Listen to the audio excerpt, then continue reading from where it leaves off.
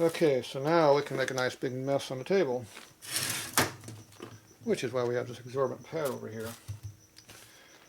Now these ones don't absorb a lot of material. The gray ones, the double thickness, will hold twice as much oil if you have a really big mess. There's two different ones to use. See, these are the thick ones here. These hold more. And they also make these with their double thickness. This is just a single layer, and they make these that are double layered also. These are just the thin single ones. The gray ones usually hold a lot more than the white ones do.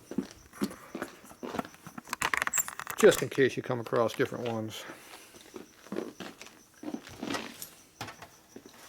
Okay, so now pull this whole thing off.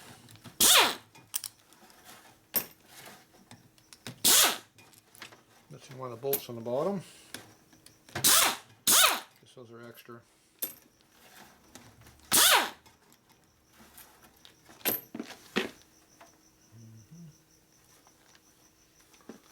I don't remember those being cut like that. It might be. I don't know. Okay, so we had one bolt missing for some reason.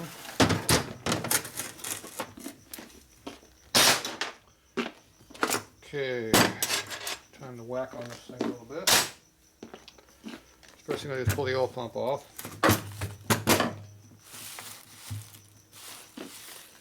Oh, that was an oil line that was connected to there. Nice.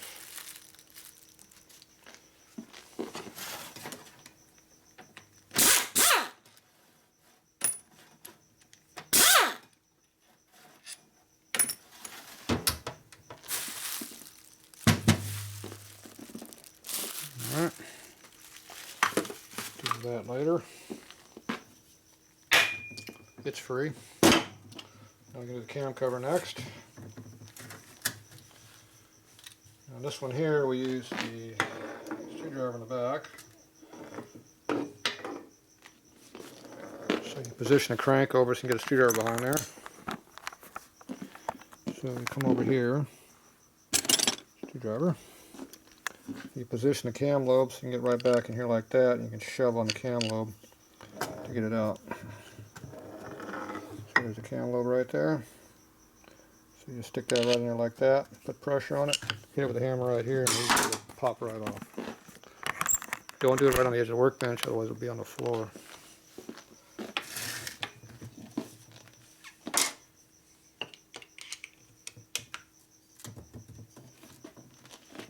Can't put much pressure on this spoiler, it's just going to fall over. That kind of sucks. The water's not very flat over there. Alright, well, there's enough pressure to do it.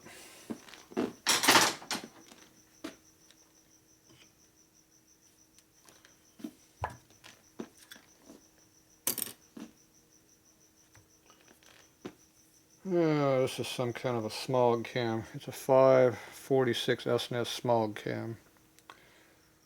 That means this motor only makes about 3/4 of the power it should be making. But it'll smog good. That's important. Don't ever modify that stuff like that. Something awful might happen. It might run.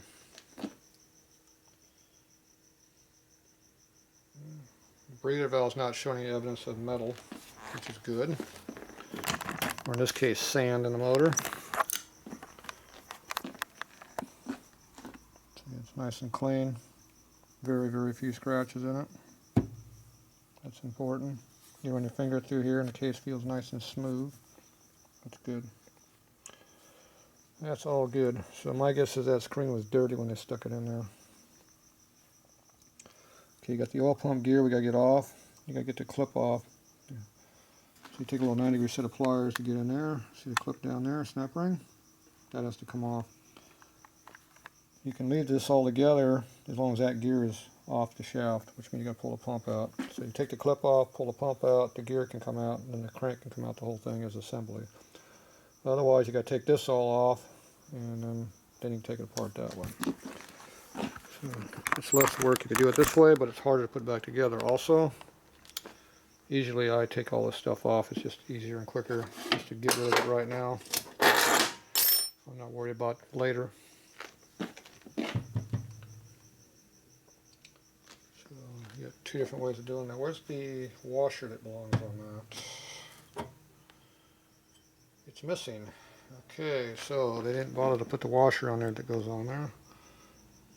There's supposed to be a thrust washer that goes on here. You can see how it was rubbing. This snout was sticking right on top of the cover. It didn't have the washer on there. So that means they lost the washer. Didn't know where it went. And they didn't need it. See? There you go.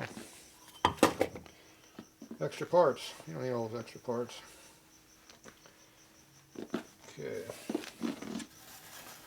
I'm going to go ahead and pull these gears off. Make it easier to work on the bike.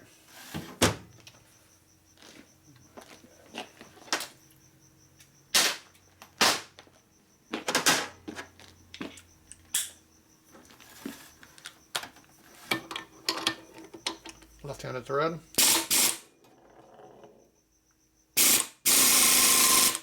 Loctite again. Don't need it.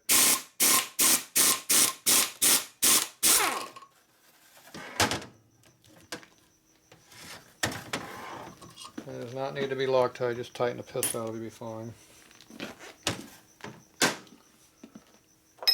Okay. Cam gear puller.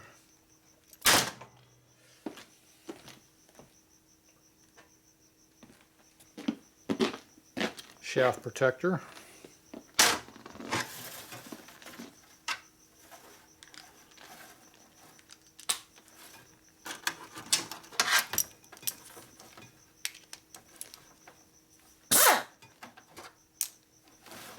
Just like this.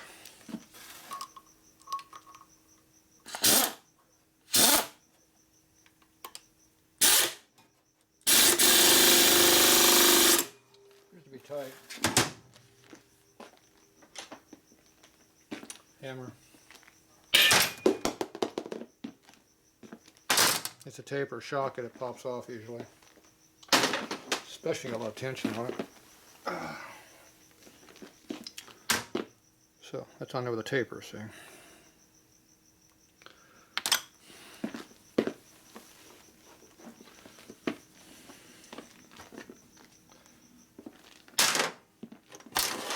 Clean up your tools when you're done with them. Hang them back up. That way they don't get all dirty. See, my tools are not dirty. I clean them all the time.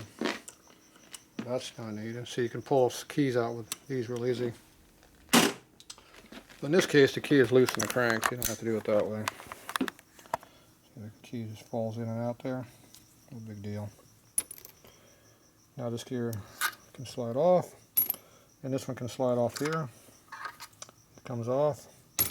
See if that key is loose also. Of course it is. Why would it be tight? Why would you want a tight key on anything? See? Nice. Okay, now this crank can come out. You don't have to pull the oil pump off if you don't want to. We want to pull it off, so we're going to pull it. So I'm going to take our 90-degree pliers here. We're going to overspread that clip and destroy it. And then I can get it off easier. If you don't have the pair of pliers, you can take 2 screwdrivers, stuck it in there, shove real hard, and break it or bend it around. It'll come off too. Now that doesn't work anymore, so I disconnected it. Okay, I can't see the snap rings in there at all. Where are they at? They're on the back side.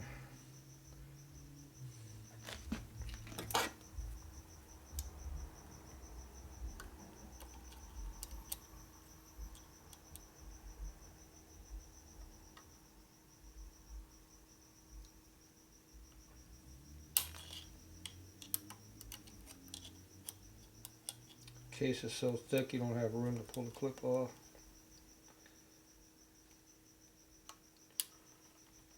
There we go. I just bent it out. I gave it a good pull. It went over there somewhere. I just stuck the one eyelet and yanked on it. It is now all stuck out like a big finger sticking out. It's somewhere over there though.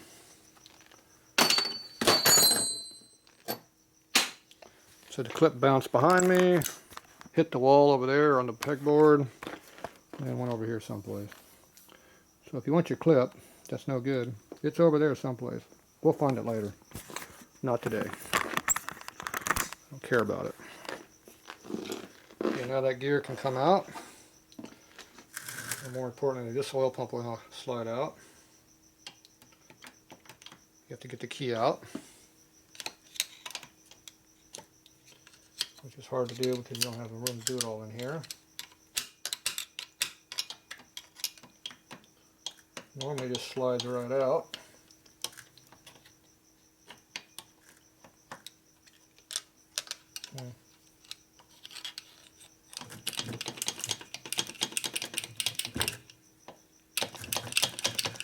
Wonderful. There it goes.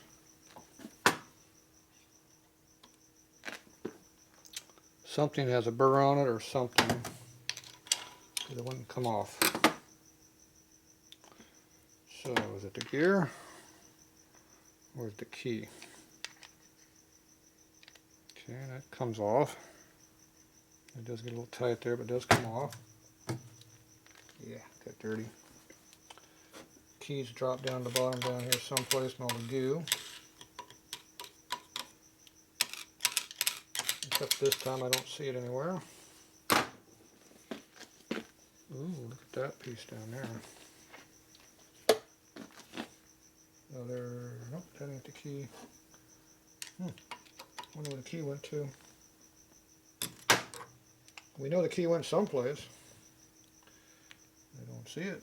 It's weird. Nice. Oh well. Missing key. We'll find it later. Yeah, whatever, it didn't want to fall off, that was for sure. So, you go ahead and pop this off like this. Key falls off, that comes out. Your key's right there, drops down.